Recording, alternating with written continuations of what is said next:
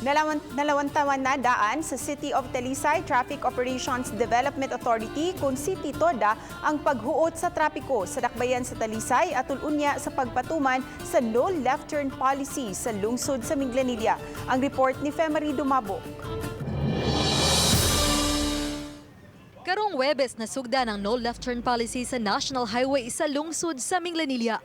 Hinoon adunay upat ka mga intersection nga giila ang Minglanilla nga strategic area nga mamahimong didto maka left turn ang sakyanan.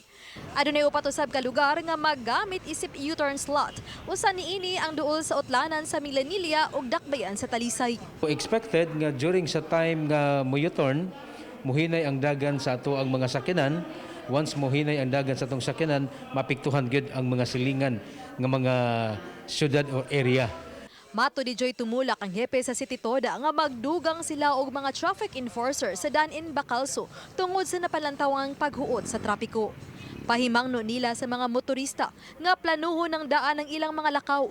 Higpitan na usab ang pagpatuman sa truck ban sa lungsod sa Minglanilla sugod sa alas 6 sa buntag hangtod sa alas 8 sa buntag. Laing truck ban gipatuman sugod sa alas 4 sa hapon hangtod na sa alas 8 sa gabi.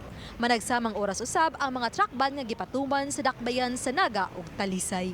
Maimplementar na kini sa Minglanilla, among gipaabot ang pipila unya ka mga revision sa maong plano kay anha naman nato makita unya sa aktual ug unsay epekto sa maong pagpatuman sa mga kausaban.